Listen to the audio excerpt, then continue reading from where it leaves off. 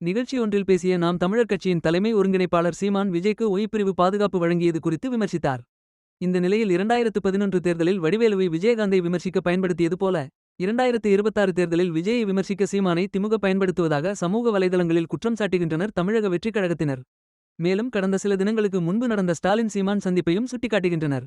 2026 சட்டமன்ற தேர்தலுக்கு தமிழ்நாடு தயாராகி வருகிறது.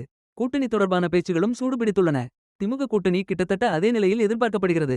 2026 தேர்தலில் எப்படியாவது வெற்றி பெற்று விட வேண்டுமென அதிமுக பொதுச் செயலாளர் எடப்பாடி பழனிசாமி பாஜகவை கூட்டணியில் சேர்த்து இருக்கிறார். மேலும் பாமக, தேமுதிக உள்ளிட்ட கட்சிகளை அழைத்து வரவும் பேச்சுவார்த்தை நடக்கிறது.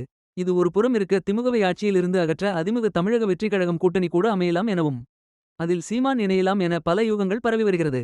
அதற்கெல்லாம் முற்றுப்புள்ளி வைக்கும் வகையில் தனித்துதான் போட்டி என அறிவித்திருக்கிறார் சீமான். அதே நேரத்தில் விஜய்தான் முதல்வர் வேட்பாளர் என தமிழக வெற்றிக் கழகம் பிரச்சாரத்தை முன்னெடுத்து இருக்கிறது. ஒருவேளை துணை முதலமைச்சர் பதவி 50 சீட்டு கொடுத்தால் அதிமுக கூட்டணிக்கு விஜய் செல்லலாம் என கூறப்படுகிறது. இது ஒரு புறம் இருக்க தமிழக வெற்றிக் கழகத்திற்கு எதிராக பேசத் தொடங்கியிருக்கிறார் சீமான். கடந்த சில தினங்களுக்கு முன்பு நடைபெற்ற நாம் தமிழர் கட்சியின் பொதுக்கூட்டத்தில் பேசிய அவர் கொள்கை கொண்ட இளைஞர்களுக்கும் ரசிகர்களை கொண்ட கட்சிக்கும் தான் இனி போட்டி என விஜய் கட்சியை மறைமுகமாக குறிப்பிட்டு பேசினார்.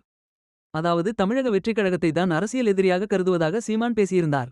இது ஒரு புறம் இருக்க காமராஜர் பிறந்தநாள் நிகழ்ச்சியில் பேசிய சீமான் நேற்று வந்தவர்களுக்கெல்லாம் ஓய்பிரிவு பாதுகாப்பு என விஜய்க்கு மத்திய அரசு பாதுகாப்பு வழங்கியதை விமர்சித்து பேசினார்.